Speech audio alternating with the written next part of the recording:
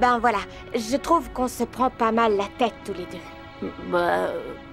On est ensemble, et puis on n'est plus ensemble, et puis t'es jaloux, et puis c'est mon tour. Alors franchement, moi je préfère que ce soit clair et net. On est copains, et puis c'est tout. Il est impossible de songer à Code Lyoko sans penser à la relation foudroyante de Yumi et Ulrich. Véritables aimants qui s'attirent et se rejettent à la fois, ils sont comme le feu et la glace, font autant attention l'un à l'autre qu'ils se blessent avec des paroles virulentes, leur relation étant tellement intense qu'elle se retrouve régulièrement être le centre des différentes intrigues. Voyons, c'est débile de se fâcher pour si peu. William et Sissi ont le droit de vous faire des cadeaux à l'un et à l'autre. Vous allez pas vous faire la tête pour ça. Si j'étais toi, Jérémy, là-dessus, j'éviterais de la ramener, d'accord? William! Tu vas arrêter de tourner autour de Yumi. Bienvenue dans cet épisode final de Lyoko Factory saison 1, où nous allons revenir en détail sur la relation Yumi-Ulrich, de leur première altercation dans un gymnase jusqu'à leur discussion intime dans la cour en fin de saison 4. Alors, oui je sais, il y a évolution aussi, mais pas envie.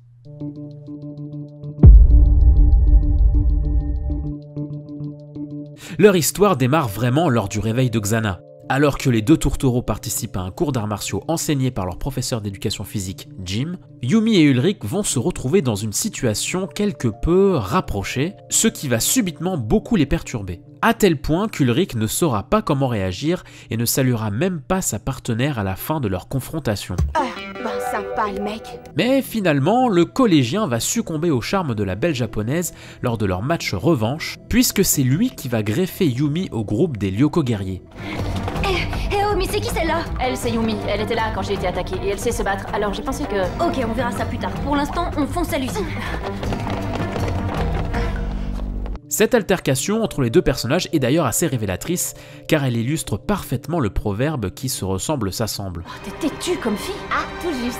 Et comme moi j'ai pas d'amis, j'ai tout mon temps. Cette discussion résonne comme une douce ironie à nos oreilles, car en effet, entendre Ulrich traiter Yumi de quelqu'un de têtu, c'est véritablement l'hôpital qui se fout de la charité. Néanmoins, la collégienne ne nie pas les dires du garçon, prouvant alors que leur tempérament colle parfaitement, mais montre aussi que leur relation ne pourra qu'être explosive. Jérémy, quand on est vraiment amoureux, on se dispute tout le temps? Pas tout le temps, mais ça peut arriver. Ah bon? Il faudrait le dire à Yumi et Ulrich alors. Leur rapprochement sentimental est tellement limpide qu'en saison 1, tous les personnages principaux comprennent qu'ils sont faits l'un pour l'autre. Ulrich, non, attends, c'est pas ce que tu crois. À tel point que même le générique de fin nous le fait comprendre pour que le spectateur considère leur lien comme quelque chose d'acquis et d'assumé. Contrairement aux deux personnages qui, tout au long de la première saison, n'assumeront pas correctement leurs sentiments. Les deux adolescents s'invitent au bal mais ne se considèrent pas comme un couple. Sissi ira faire croire à Ulrich que Yumi lui a écrit une lettre d'amour, celui-ci confiant qu'il ressent des sentiments pour elle, mais ne se considère pas comme un couple. Tu sais, à propos de ta lettre... Quoi? Mais non, laisse-moi finir. Dedans, tu dis que tu éprouves certains sentiments pour moi et bien Yumi, je crois que je ressens la même chose. On pourrait alors croire que ce que ressent Ulrich pour Yumi n'est pas réciproque, et pourtant, quelques épisodes plus tard, toujours dans la même saison, Yumi montrera plusieurs signes de jalousie, dans l'épisode Frontière notamment, lorsqu'Ulrich embrasse Sissi pour la convaincre d'ordonner à son père de libérer la jeune japonaise. Ça va, si c'est tout ce que tu trouves à me dire, autant te taire. Moi pour l'instant, j'ai un ordinateur à brancher, alors vacances, ok? Et surtout dans l'épisode Routine, lorsque le collégien se rapproche grandement d'Emily, une autre élève de Cadix. Et déjà, elle a 1 an de plus que lui, et elle est en 3e. Yumi, tu as 1 an de plus que lui, et tu es en 3e. Oui, peut-être, mais c'est pas pareil. Moi, je suis sa copine. Enfin, je veux dire, je suis une copine. Bah, tu sais, Ulrich n'a pas le moral en ce moment. Si ça lui fait du bien de parler avec une autre fille, faut pas en faire tout un plat. J'en fais pas tout un plat! Un épisode particulièrement important et probablement le plus révélateur concernant ce que ressentent les deux personnages l'un pour l'autre, car il est le seul où les deux personnages font un même pas très important l'un vers l'autre. En effet, l'épisode commence avec un Ulrich désarmé, épuisé de cette relation qu'il entretient avec Yumi, lui donnant l'impression que ce qu'il ressent n'est qu'en sens unique. Mais la jeune femme, une fois de plus victime des agissements de Sissi, ne supportera pas d'apprendre que le beau brun se sera rapproché d'Emily depuis près de 2 mois, sans qu'il ne lui en parle. Bon, Yumi, qu'est-ce que je suis pour toi? Dis-moi, sois franche. Sois franche. 2 mois que ça dure avec Emily, 2 mois que tu ne me dis rien. Tu oses me parler de franchise? Mais qu'est-ce que tu racontes? Emily et moi, c'est juste... Ah, puis après tout, j'ai pas de compte à te rendre, ciao. C'est ça, ciao, si c'est tout ce que tu trouves à dire. Et malgré que les 2 tourtereaux se retrouvent particulièrement vexés par cette dispute, c'est lorsque la collégienne se fera sauver in extremis une nouvelle fois par Ulrich que les 2 personnages exprimeront finalement ce qu'ils ressentent l'un pour l'autre, mais sans passer par des paroles, puisqu'au final, c'est surtout via les actes qu'ils se comprennent.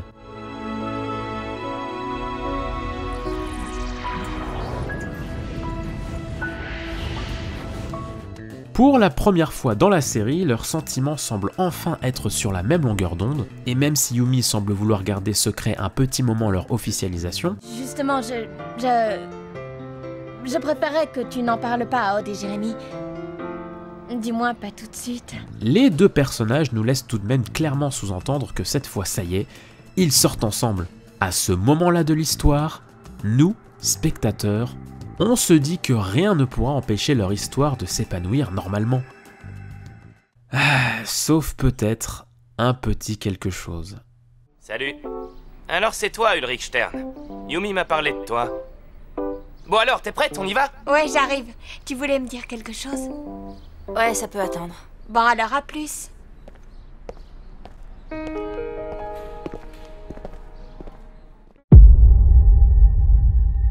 Véritable source de problème qui va faire chavirer toute la relation Yumi-Ulrich, William va faire ressortir ce qu'il y a de plus mauvais chez les 2 adolescents, mais surtout chez Ulrich. Son arrivée en saison 2 va avoir l'effet d'un ouragan qui va tout remettre à zéro en ce qui les concerne. Alors qu'Ulrich souhaitait sans doute revenir sur leur situation sentimentale avec Yumi... Bon allez, Yumi, écoute-moi s'il te plaît, faut que je te dise quelque chose. Ouais, mais non, ça fait ringard comme ça. Alors, Yumi, il faut qu'on discute toi et moi. Non, vraiment, c'est sérieux là, c'est Le collégien rebelle et beau gosse que représente William va totalement chambouler les ambitions du Lyoko guerrier qui préférera ne rien dire à Yumi et qui se mettra même à douter sur ce qu'il s'était passé dans l'épisode routine. Je te jure, vous êtes bizarres tous les 2. Vous sortez ensemble, oui ou non? ouais, enfin, oui et non. Enfin, c'est un peu compliqué. La saison 2 ne va donc être qu'un festival de rancœur et de jalousie de la part d'Ulrich, qui n'arrivera jamais à considérer William autrement que comme un véritable rival. Et ce, malgré ce que lui dira Yumi dans l'épisode Nouvelle Donne. Yumi, dis-moi, je veux savoir qu'est-ce qu'il y a entre toi et William. Qu'est-ce qu'il y a vraiment entre vous? Rien du tout, Ulrich. Rien du tout, c'est juste un ami. Dans l'épisode Saint-Valentin, petite remontée puisque les 2 tourtereaux vont se provoquer en exagérant leur réaction par pure jalousie lorsque Sissi et William leur offrent des cadeaux. Mais en fin d'épisode, Ulrich confiera à la grande japonaise qu'il avait écrit un poème uniquement pour elle, ce qui plaira beaucoup à la jeune femme. Au fait, Yumi, t'as aimé mon poème pour Sissi? Tu crois que c'est le moment de parler de ça? Bah c'est que, en fait, je l'avais écrit pour toi. N'empêche que c'est pour moi qu'il avait écrit le poème. Pas pour Sissi. Mais dans l'épisode Marabunta, rebelote. Ulrich, ne supportant pas que Yumi passe son samedi à la piscine avec William, décidera d'aller les espionner en manquant de se noyer sous les yeux inquiets de sa dulcinée. Totalement vexé à cause de sa putain de fierté, Ulrich partira s'isoler dans sa chambre, ignorant même les appels de Jérémy. Suite à quoi, le beau brun reçoit la visite de Yumi et de William, nous offrant les pires répliques d'Ulrich, tout épisode confondu. Ouais, bah si je réponds pas, c'est que je veux voir personne, et surtout pas toi. Et si tu t'es ridiculisé devant tout le monde à la piscine, c'est pas de ma faute. T'avais qu'à pas venir m'espionner. Moi t'espionner? Attends, tu veux rire là? J'étais là par hasard, ok? Par hasard. Bien sûr, c'est ça, oui, comme quoi le hasard fait bien les choses. En attendant ton orgueil, tu te le mets dans la poche et tu t'assois dessus. Odd et Aelita ont besoin de nous sur Lyoko. Salut, je suis venu voir comment t'allais. C'est ça, ouais, t'as raison. Quand tu peux humilier quelqu'un, autant y aller jusqu'au bout. Attends, tu m'excuses, j'ai dû rater un épisode. C'est quoi ton problème? c'est toi mon problème. Non, ça c'est trop facile Ulrich, beaucoup trop facile. Moi je vais te dire ce qui ne va pas. Ma présence, le fait que Yumi me plaise, ça t'oblige à te poser des questions, à chercher des réponses que tu n'as pas encore. Alors laisse-moi te donner un petit conseil d'ami. Parle-lui, parle à Yumi, parle-lui avec ton cœur, parce que si tu ne le fais pas, moi je le ferai. Et alors là, oui, je serai vraiment ton problème. Donc alors, en résumé, William, alors même qu'il est amoureux lui aussi de Yumi, va conseiller à son rival le plus dangereux d'avouer ses sentiments avant lui. Mais au lieu de ça, voici ce que va faire Ulrich.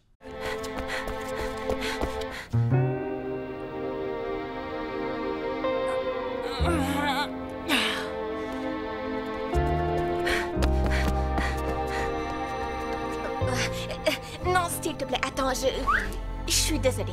Je suis un peu déboussolée. C'est à cause d'Ulrich, c'est ça? Bonne nuit. Ah, putain Ulrich. Et il y en a pour qui c'est le meilleur perso.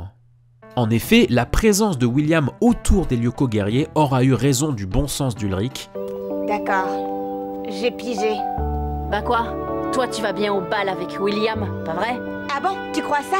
D'accord, je vois que tu ne comprends rien à rien. Salut! Et c'est à cause de cette saison désastreuse que la relation Yumi-Ulrich va terriblement en pâtir à partir de la saison 3. Bon, ici on devrait être tranquille. Alors, je t'écoute. Ben voilà, je trouve qu'on se prend pas mal la tête tous les deux. Bah... On est ensemble, et puis on n'est plus ensemble, et puis t'es jaloux, et puis c'est mon tour. Alors franchement, moi je préfère que ce soit clair et net. On est copains, et puis c'est tout. Ras-le-bol, ras-le-bol, Yumi en a ras-le-bol. À cause de toutes ces tensions permanentes, l'adolescente décide de mettre un gros stop à toute potentielle relation amoureuse, que ce soit avec Ulrich en l'embarquant sur le chemin de la friendzone, mais également avec William qu'elle rejettera pour de bon. Ben disons que j'en ai marre de tes plans de drague à 2 €. Au début, je trouvais ça sympa, mais là, ça commence à me casser les pieds. Dans cette saison 3, le triangle amoureux aura presque totalement disparu. Les seules petites tensions qu'il y aura dans cette saison se trouvent dans l'épisode Le Prétendant, où Ulrich conseillera à Johnny, l'ami du petit frère de Yumi, tout ce qu'il ne faut pas faire pour attirer la Lyoko guerrière. Le gros jaloux ne supportant pas que quelqu'un d'autre s'intéresse à sa petite protégée. T'es qu'un gros pourri, voilà. Ça va pas là, c'est du bizutage. Moi aussi j'y ai eu droit quand je suis arrivée et... Bizutage, mon œil, moi je dirais jalousie. Bah, je suis les conseils d'Ulrich. Il m'a dit que c'était le meilleur moyen pour que tu t'intéresses à moi.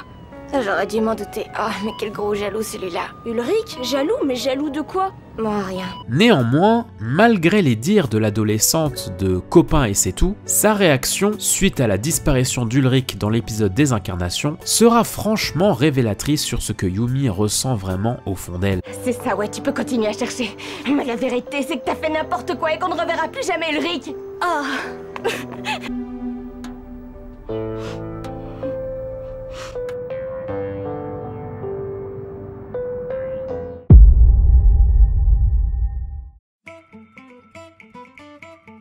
Nous arrivons donc saison 4 et là aussi, malgré que leur relation amoureuse reste bien plus discrète qu'avant, nous pouvons souligner plusieurs réactions qui prouvent que les deux adolescents s'aiment au-delà d'une simple amitié, et ce, même si Ulrich essaye de s'auto-persuader avec les paroles de Yumi, véritable leitmotiv de leur relation. Avec Yumi, on est copains et c'est tout. Et puis, je te signale que Yumi et moi, c'est juste copains, c'est tout. Entre nous, c'est copains et c'est tout, non? Après tout, nous deux, on est seulement copains et c'est tout, non? Tout d'abord, nous découvrons dans l'épisode Torpille virtuelle qu'un portrait d'Ulrich se trouve dans le journal intime de Yumi et que, d'après son petit frère Hiroki, la lycéenne ne serait pas totalement honnête avec le Lyoko guerrier. Avec Yumi, on est copains et c'est tout. Ouais, ça c'est ce qu'elle te dit. Dans l'épisode suivant, Expérience, Yumi se sentira particulièrement vexée qu'Ulrich ne lui souhaite pas son anniversaire, même si ça finit bien. Dans l'épisode La Belle de Kadik, la belle japonaise fera quelque peu sa jalouse lorsque le beau brun flash sur Bringa, la correspondante de Sissi. Et toi, Ulrich, tu t'es vu? Dès que cette blonde surgelée est arrivée, tu t'es transformé en paillasson. Mais dans l'épisode Sueur froide, double coup de génie de la part d'Odd. Le collégien blagueur affiche la jeune japonaise dans le journal de Kadik, mais Ulrich se fait passer pour le véritable coupable aux yeux de Yumi. Cette dernière sera dans un premier temps très en colère, mais harcèlera Odd de questions par la suite, voulant à tout prix comprendre pourquoi l'élu de son cœur lui avait infligé une telle blessure. J'en sais rien, moi. Peut-être qui veut que tu t'intéresses à lui. En me ridiculisant. Il est pas très malin parfois, comme en plus l'amour, ça rend idiot, hein. Qu'est-ce que tu viens de dire? Il n'est pas très malin parfois. Oui, et après? La remarque d'Odd chamboulera complètement la Lyoko guerrière qui confiera au beau brun une partie de ce qu'elle ressent vraiment. Tu voulais attirer mon attention, c'est ça, hein? T'avais envie qu'on se prenne la tête et que du coup je recommence à penser à toi jour et nuit. Tu sais, t'as pas besoin de faire ça. Même si, visiblement, dans l'épisode suivant, Retour, Ulrich n'a pas été totalement convaincu par la confession de son ami. Ulrich, quand on aura libéré William, tu seras pas jaloux s'il recommence à me scotcher? Moi bien sûr que non, c'est fini tout ça. Après tout, nous deux, on est seulement copains et c'est tout, non? Qu'il est con. Enfin, la dernière confession sentimentale du dessin animé se trouvera dans le dernier épisode, Souvenir, lorsque Yumi affirme que même sans leurs aventures sur Lyoko, de super moments les attendent encore. Des super moments, il y en aura d'autres, même sans Lyoko. Promis? Juré. Des paroles qui sonnent comme un réel sous-entendu, qui laissent aux spectateurs la liberté d'imaginer le futur de leur relation. Pour être totalement honnête avec vous, j'ai pendant très longtemps trouvé que leur relation était absolument insupportable. Je trouvais leurs différentes réactions répétitives, bornées et même ridicules, étant donné que certaines missions souffraient de leur désaccord. Enfin merde, c'est vrai quoi, aimez-vous bordel de bordel! Donc oui, pendant un long moment, leur relation me sortait par les yeux, jusqu'à ce que finalement je mûrisse, traverse moi-même plusieurs histoires amoureuses, et maintenant j'arrive un peu mieux à les pardonner, d'autant que la production américaine avait demandé aux scénaristes français d'offrir une place moins importante aux histoires d'amour pour les dernières saisons. Alors oui, Yumi et Ulrich, je vous pardonne.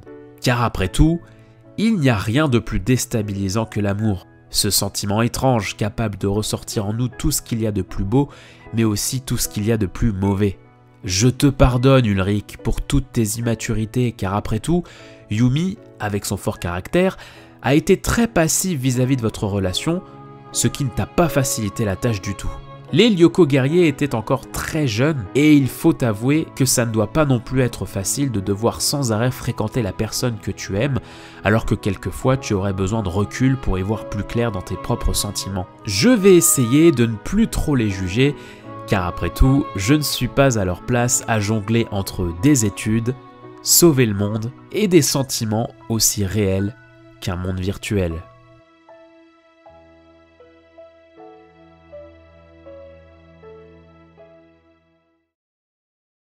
Et c'est ainsi que s'achève cette première saison de Lyoko Factory.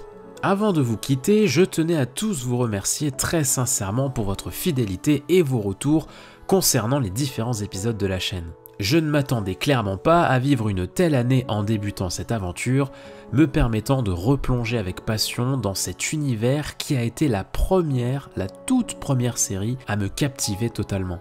J'ai essayé au maximum, pour vous remercier de votre confiance en vous abonnant, de travailler des vidéos le plus soigneusement possible pour que nous puissions tous ensemble nous rassembler autour de cette histoire généreuse. Et grâce à vous, j'arrive même à me dire qu'il serait possible de relancer la licence en montrant aux ayants droit toute la passion qui nous anime et à quel point cette licence continue à en faire rêver plus d'un, même 8 ans après sa fin. Bref, pour tout ça, un grand merci et j'espère de tout cœur que je vous aurai fait passer un bon moment à travers mes vidéos en cette période difficile. Mais le voyage ne s'arrête pas ici pour autant. Il reste encore de nombreux points que nous n'avons pas abordés ainsi que plusieurs idées en suspens que je compte bien vous livrer un jour. Alors si vous n'êtes toujours pas abonné à la chaîne, je vous invite à le faire de ce pas pour être prévenu dès que la deuxième saison débutera. Car après tout, des super moments il y en aura d'autres, même avec Lyoko. Promis, juré.